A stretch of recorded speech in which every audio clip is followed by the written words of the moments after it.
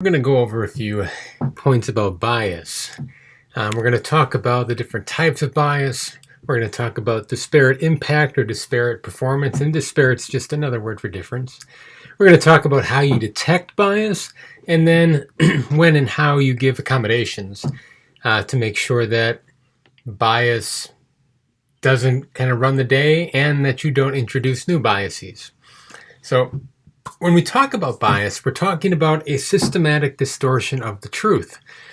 In test taking, there are two kinds of bias that really concern us. The first is offensiveness bias, where it's really a stability reliability issue in that something in the question is upsetting or distracting or something in regard to the test taker, and this will apply to different groups of test takers in order for it to kind of count as bias and pervasive over time or stable over time, in that they won't be able to perform at their best. The second kind is penalisation bias, where another construct interferes with the thing that you are trying to measure. So this is a construct validity issue in that some other construct is getting measured and influencing the construct that I do want to measure in a way that will, again, systematically distort the truth. So some examples that Popham gives in the quiz in his chapter, I think, are really good to look at. It's a reading comprehension question for openers. In certain Christian religions, there are gradients of sinful acts. For example, in the Roman Catholic Church, a venial sin need not be confessed, whereas a mortal sin must be confessed. Based on the context clues contained in the reading selection above, which of the following statements is most accurate? And then you have these different options where you're trying to figure out, right, which sin is more serious. Now, in this case, the mortal sin is the more serious sin. Now, it's supposed to be an application level question where you are using context clues to figure out what the truth of the matter is, what the relationship between the severity of the sins are. However, if you went to Catholic school like I did, you did learn the difference between mortal and venial sins. And one of the things that happens is that for me, this would have been a recall level question. I didn't have to do any kind of reading comprehension at all in order to figure out what the right answer was because I already knew the right answer. It's kind of like giving somebody the answer key, right? As long as you remember the answer, you don't have to do any of the heavy lifting. This is what would be called a penalisation bias, where it's easier, actually, for people who already know the stuff. It might be more difficult for very a-religious people or people who have never heard of some of the different terms, if you don't know what Christians are or Roman Catholics are, and so on. All that makes it harder and harder. Every word you don't know makes a reading comprehension question harder. Typically, the purpose of a question like this is to give some words that you don't know and some words that you do. And most of the words are words you should know, but that's not always the case. And so in this case, it can function and make it easier for people who already know the answer, but the words and the verbiage and the sentence structure can actually make it harder for people who have poor language skills. Penalisation bias issue, I'm measuring something else. Namely, I'm measuring my knowledge of religions. Second question. Heinrich Homburg collects World War II mementos. His original collection of official swastikas numbered 49. Recently, he sold 12 of his swastikas to another collector. How many swastikas did Heinrich have left? Show your work. Right, this is supposed to be a math question, but is it biased? The answer, of course, is yes.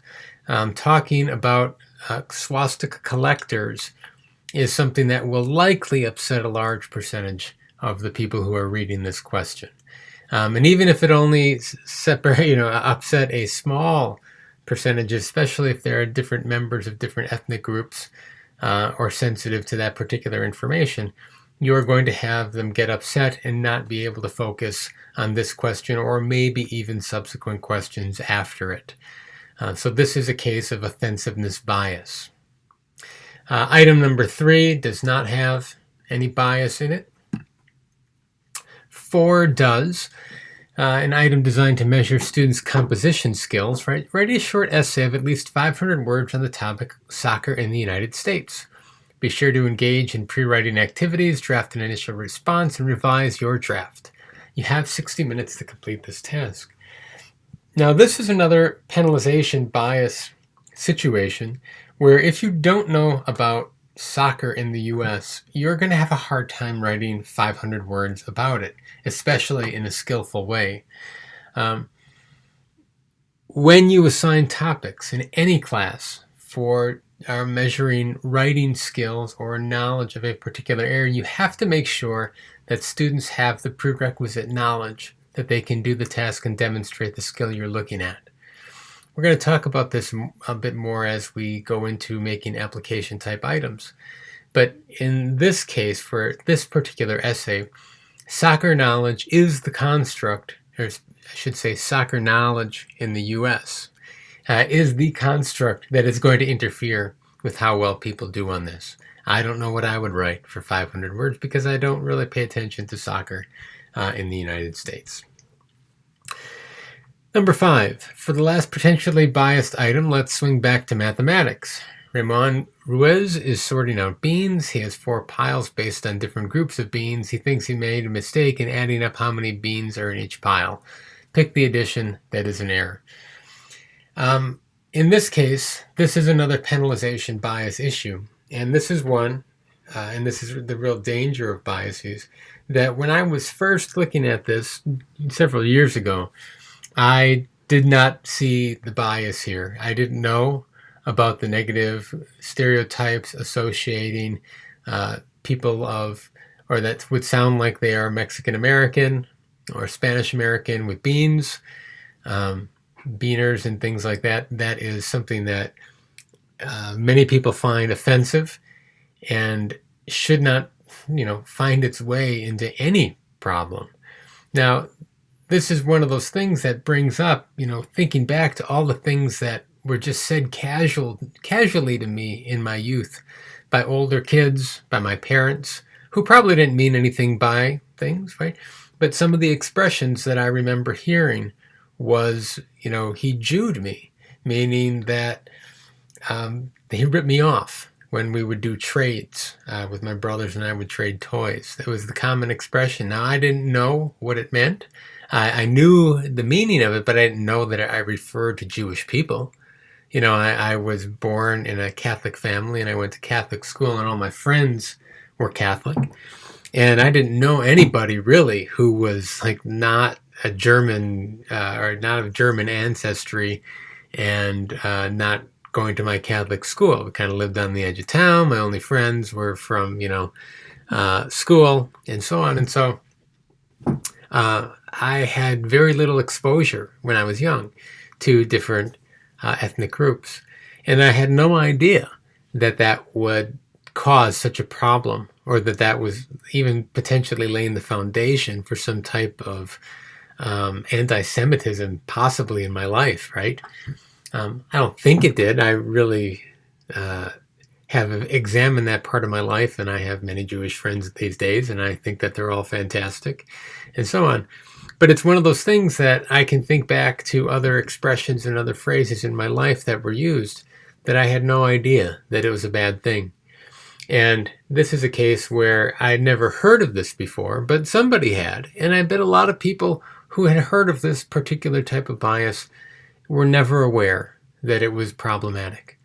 And so you really need to be careful about what you say and critically examine the types of examples or words that you use in your class to be sure that you are not going to be offensive without knowing it. Now, when we think of these two types of biases playing out, what we usually say then is that there is going to be a resulting systematic distortion in performance. Now, that kind of leads into this idea of disparate impact or disparate results, meaning that items function differently for different groups. Disparate, again, is just a fancy word for difference. So if you get different performance from different groups, doesn't mean your assessment is biased. You can think of boys and girls, you can think of age, you can think of ethnicity, whatever. socioeconomic status. If you see that different groups perform differently, does it mean that it's biased? Well, we'll look at that in a minute.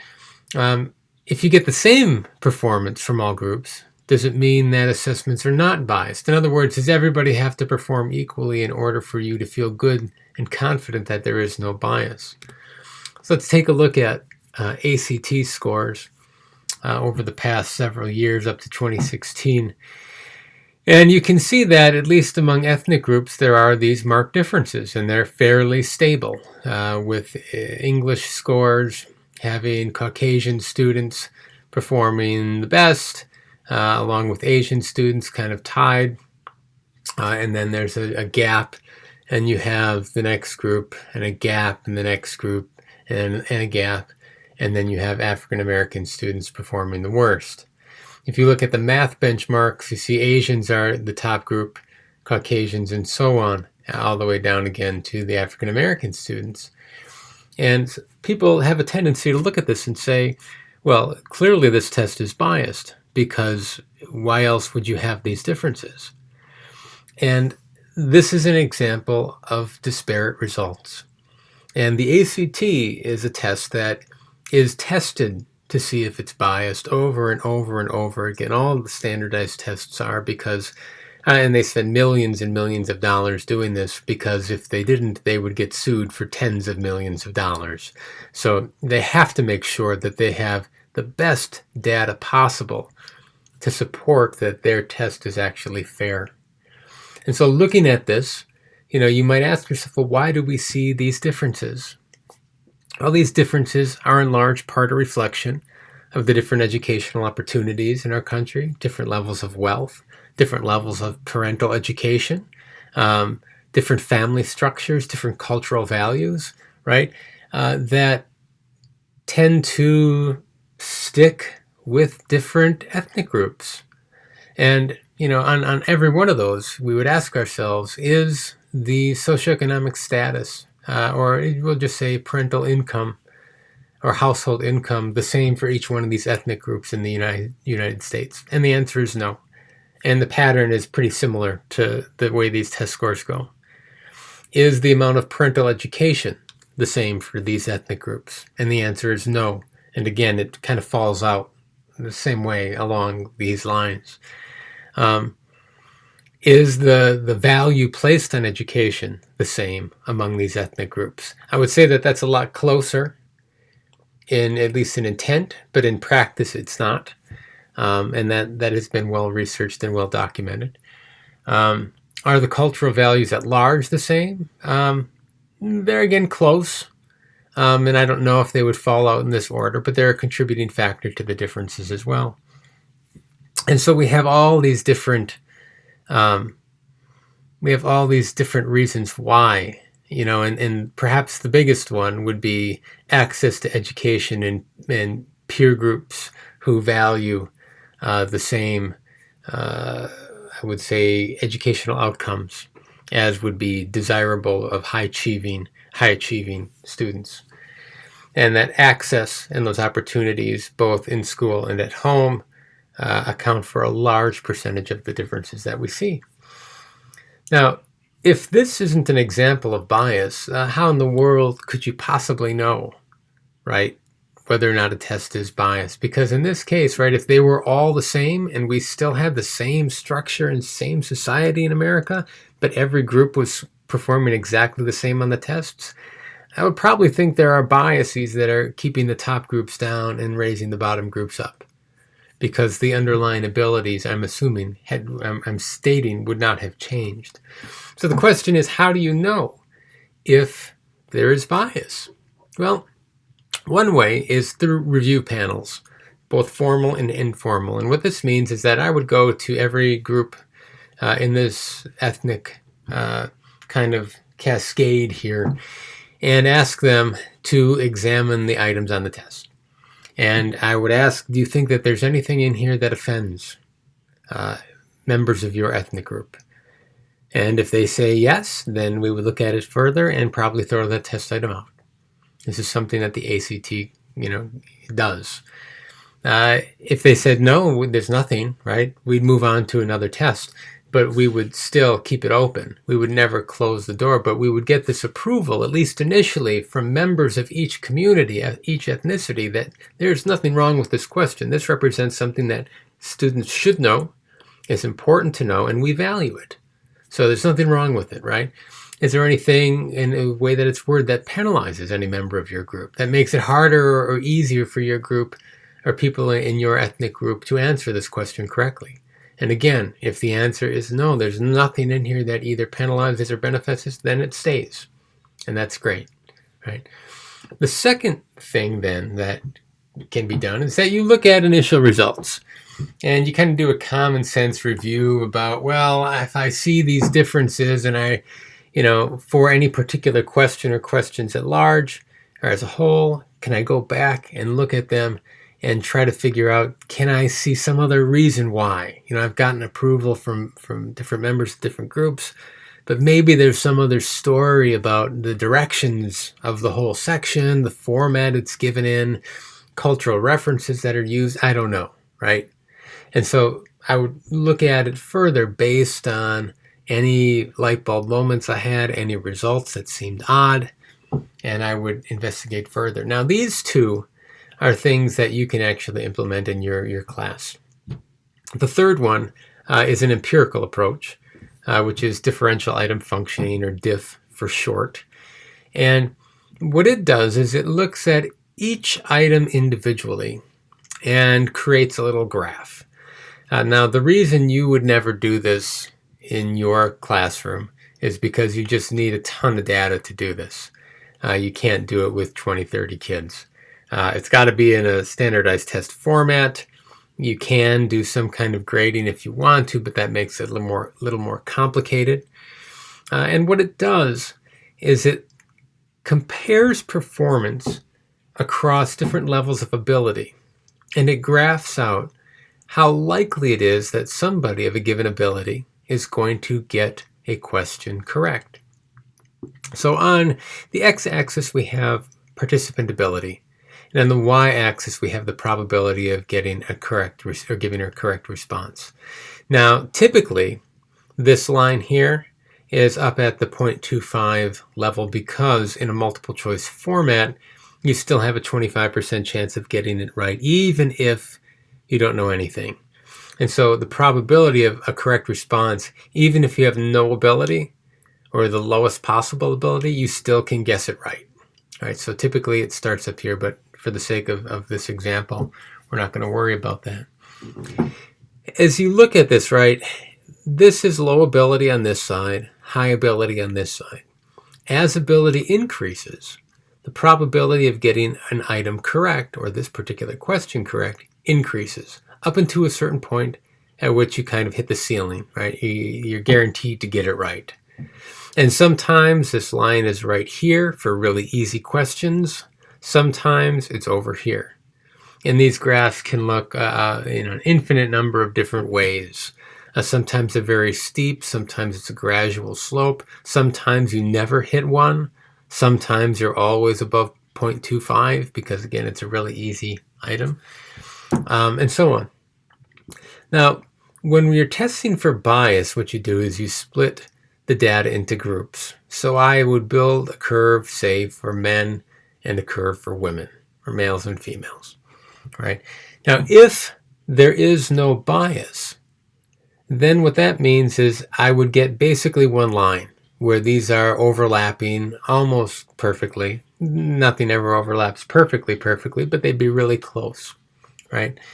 And I would say that that item functions the same for each gender group, or each sex group, I should say. In cases where there is bias, I see that the lines separate. And what this is saying here is that this question is a lot easier for the focal group than the reference group.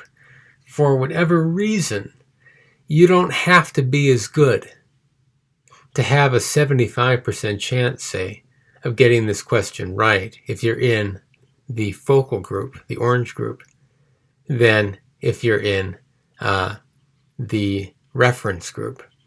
So, right, to have a 75% chance of getting it right, my ability only has to be right about to here if I'm in the focal group.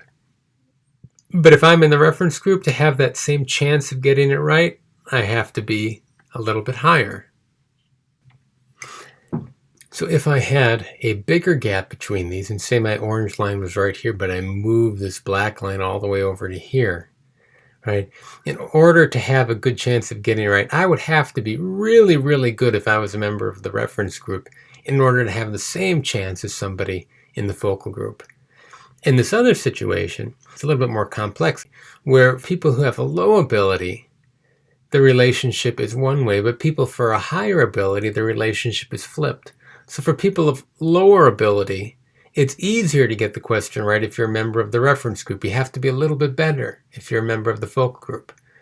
But as, right, the ability gets higher and higher, well, then it gets easier for the focal group and more difficult for the reference group. If I were to have another example where I have among males, among females, Caucasian males, represented in the same graph. Again, ability is represented here. 0 is typically average ability. Probability correct is over here. And I ask the question, who does this penalize or benefit, right? Which of these statements is most likely true? This item is biased and penalizes Caucasian and benefits among females more than males. Okay, is that correct? What about B? This item is biased and penalizes Caucasians and benefits among males more than among females. 3. This item is biased and penalizes Hmongs, especially among males. Or D. This item is biased and penalizes Hmongs, especially among females. So remember when I said that the farther the line is to the left, it means that that's easier for that particular group.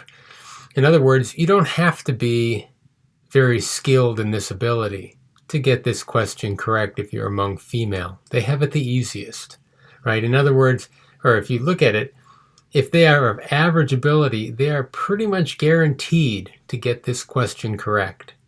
However, a Caucasian, male or female of average ability, is almost guaranteed to get this wrong. Now remember, this is on the ability of what this item is trying to measure.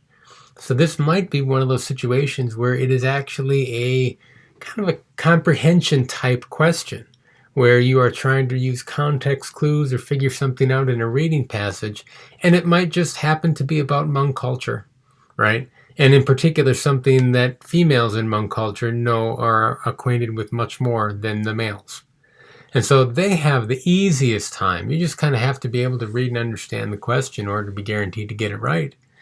Whereas it might be so foreign, and the concepts and the component concepts so foreign that you have to be really good, have a very high ability to even have a chance of getting it right if you are a Caucasian person who might not be familiar with these particular bits of knowledge. So the answer to this is A. This item is biased and penalizes Caucasians, right? So in other words, they're having a much harder time, and benefits among females more than among males. Right, so that's how I want you to be able to read these things. You will have one of these on the bias quiz to do, and I want you to be sure that you know how each one comes out. Now, the real question that somebody might ask is, well, how do we know if it's penalizing the Caucasians and benefiting the Hmongs, or is the Hmong, kind of performance actually true, and it's just penalizing the Caucasians, or is the Caucasian, the accurate representation of skill, and it's just actually making it easy on the Hmongs? And the answer is we don't know. You cannot tell from this whether it is a penalization only of one group, a benefit to one group only, or both of those things going on. And that is true in all of these cases. All this is really sensitive to is telling whether or not groups differ systematically, even though their ability is the same on the thing you're trying to measure. So we're going to go over this idea a little bit more when we go through some of the examples, but I want to come back to this idea that bias is a systematic distortion of the truth. And so when we think about distortion of the truth. But what I'm talking about there is the difference between your true score and your observed score, right? And if we find that there's a systematic distortion of the truth for a particular group, right, that they keep getting underestimated over and over and over again, well, that is bias in the question. If they score lower than their true ability once, well, that's just normal random error. If they score above their ability, that's just normal random error too. Or it could be just normal random error. Because every time you take a test, you're never going to get your exact true score. It's never going to be a perfect estimation of what you really deserve for this particular assessment and a particular skill. And so we have this acceptance that there is going to be random error, but what we're trying to figure out is any of that difference between the true score and the observed score a systematic difference, something that's repeatable over and over time and across different members of that particular group. And if that's the case, that's when we talk about bias. Because on any given day, right, all the girls in your class's observed score might be a little bit higher than their true score. And on any given day, the boys in your class might also have the same thing. Or it might be that the average, observed score for the boys, all the boys in your class, is below what their true score should be. That's going to happen every time you give a test. It's always going to be above or below, and maybe one out of 1,000 times it'll be right on or really close to being right on what their true score should be across all the boys or all the girls in your classroom. That does not mean your test is biased. What counts as bias is when you look at a systematic, or you observe a systematic difference, again, that either raises it so it's consistently above or lowers it so it's consistently below their true score. Now that leads us to another idea that we need to consider about accommodations.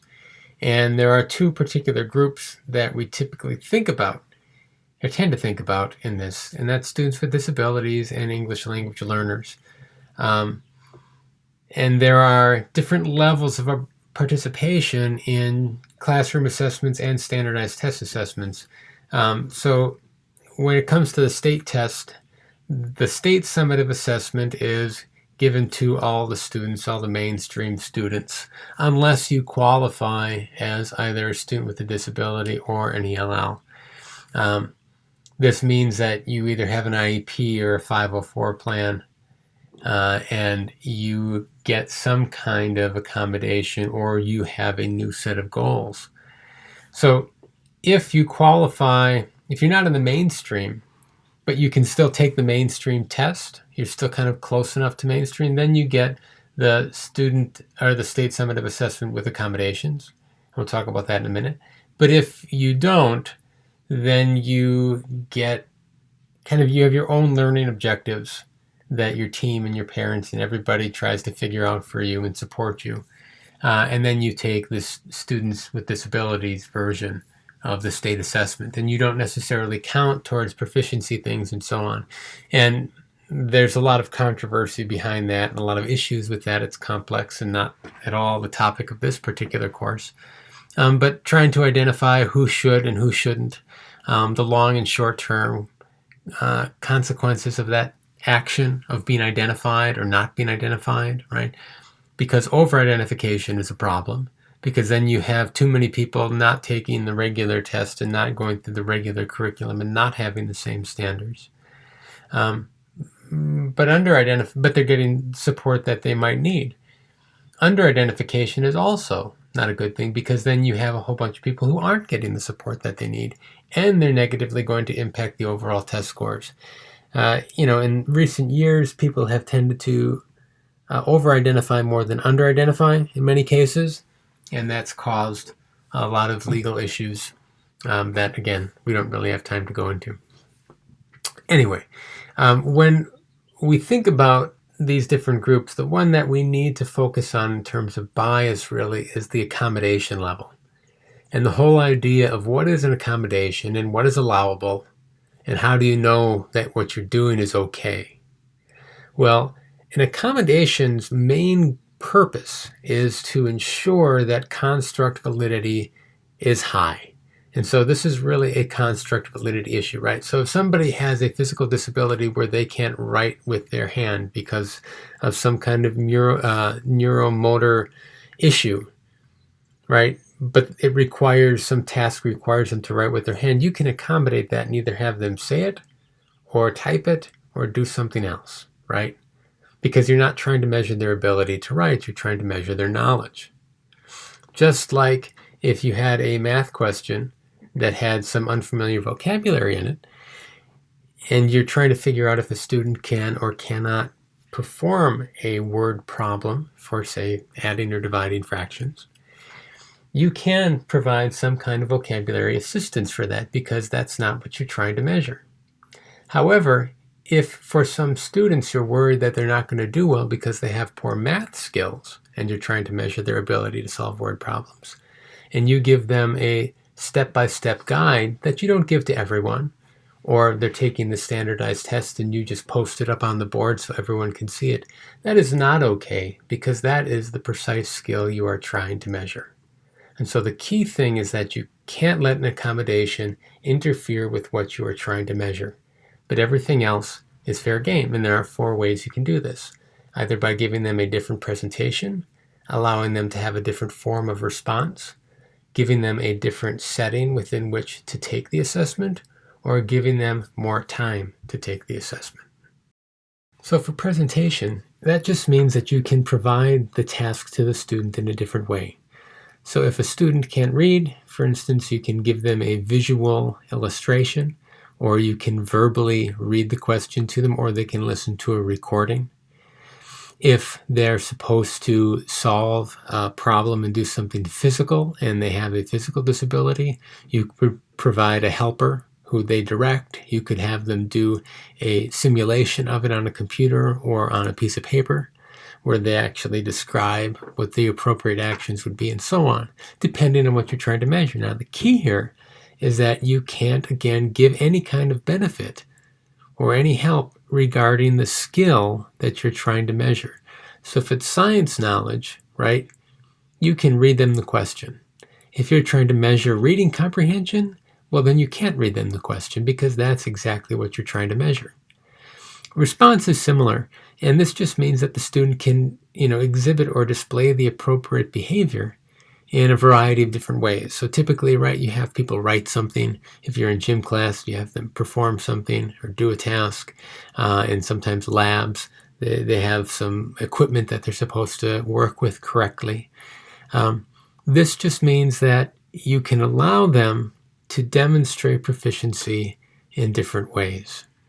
When my wife was a first-year teacher, she had a 5th grade class and she taught social studies. And all her students had really, low reading levels. And as far as presentation goes, she would read her whole class, every test, every question, because she knew that enough of them wouldn't be able to follow the directions or read the questions to even give the right answer if they knew it. And a lot of them knew all the facts. They just had a hard time reading, right? She also had a student who wouldn't write, even though he was really smart, but he wouldn't write. And what would happen was she would have him sit up in the front and she would read the questions, put the test on the overhead projector, and read every question to the whole class. And then they would answer, but he would sit up front and he would point to what the right answer was because he wouldn't write. And he did really well. But that was a response accommodation that she was providing for him, and a presentation accommodation that she was providing to the whole class, basically. Setting is another type of accommodation where if somebody is easily distracted, and this usually falls in for people who fall somewhere on the autism spectrum where they're very sensitive to spaces or noises or things like that, or you have somebody who is attention deficit where they get easily distracted by other people moving or walking or sights or sounds. You can put them in a quieter, private room where they can still have access to any other accommodations that they might need, but you're not going to let their distractibility get in the way. And this is really, what we would call another one of those stability, reliability issues, where because of external factors, I am not getting a true reading of what this student can do when they're really focusing, or what their true kind of ceiling of their ability is. Finally, time is another accommodation you can give. And this is one that you can give in some situations, but not in others, depending on what you're trying to measure. So when you think about most skills, you're not really concerned about how fast somebody can do something, but you are concerned as whether or not they can do it. And so if it takes one kid, 5 seconds to solve a math problem, another kid 20 seconds to solve that same problem, it doesn't really matter. You just want to know if they can solve the problem. It says something about their skill level, but you're just wondering if they can do the task. In some cases, time is something that you really want to measure. So for instance, when kids are first learning to read and they're working on their decoding skills, right? The idea that they're seeing some written words on a piece of paper and they're turning those into words in their heads, right? Turning print into words, typically called decoding. When they're decoding, one of the things that you do measure is how many words they can read in a minute or in 30 seconds. And you keep track of that because verbal fluency or decoding fluency is in part how fast and automatic it is. You also keep track of the errors they make, because if you want to be a good reader and ultimately get them to a point where they can comprehend what they're reading, kind of as they're reading it, the decoding part has to become automatic. It has to be really fast, and it has to be really accurate, right? These are other ways that you can identify if somebody is dyslexic or if they have other kind of mental processing issues. But if you're learning to read, time does matter.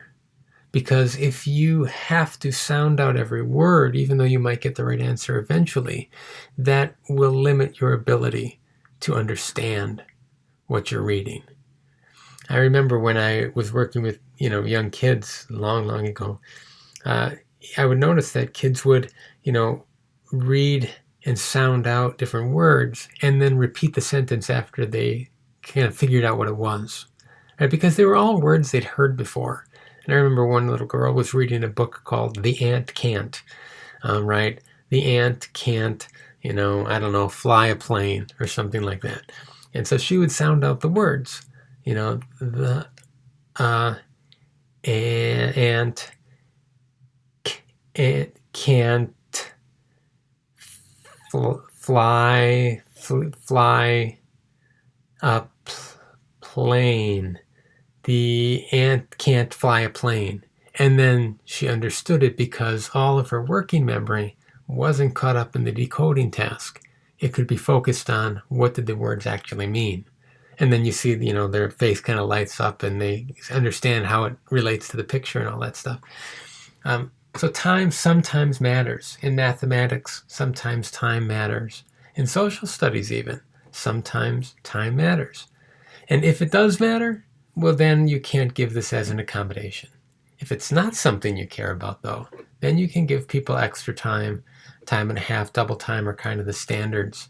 And if you've ever been to the Center for Students with Disabilities on our campus, you know that if you do, if somebody does identify you as having some test-taking anxiety or other minor or moderate, mild disabilities, you can get time and a half for exams or double time for exams and so on. But you have to be tested for it. Brief overview of what this might apply to. It applies to your own classroom assessments, but it might also apply to when you are in testing situations like the forward exam, dynamic learning maps, or the ACT tests for secondary students. In each of these cases, accommodations can be given, but you need to go through an identification process in order to give those accommodations. Now, in your classroom, you don't need to go through any approval process. If you think that it's going to get you closer to the truth to give some students some accommodations of presentation, response, setting, or time, you can go ahead and do that. But for standardized tests or high-stake tests, you need to go through an identification process. when we talk about English language learners, we're really focused on Title III, which is part of the Elementary and Secondary Education Act. And it's really an amendment about Every Student Succeeds that happened in 2015. And really the key elements here that we're trying to figure out is what are states required to do in order to make sure that we don't penalize people for whom English is not their native language, or even for students who, for whatever reason, have very low language skills. And I would like you to think about those two things as part of the same issue, right? You have non-native speakers, and then you have people who just don't have strong academic language. And I can give another example from when my wife was first a teacher. One of the things that we used to do to try to get kids to turn in their homework and, listen and so on, was every Friday she would pick several students and I would get them lunch and bring it. And sometimes I'd stay, but usually I'd just drop it off. And she would have lunch on Fridays with, students who did really well that week. Usually McDonald's, because that's what everybody liked and it was affordable for us too. But I remember once I stayed and I was listening to the students, and they were using words that I didn't understand. I mean, that I had never heard of. And if you would have tried to assess me on my comprehension of their conversation, I would have performed terribly because I didn't understand the words they were using. They weren't part of my everyday vernacular. So one thing that happened then was I thought about this in terms of how is this similar to English language learners, right?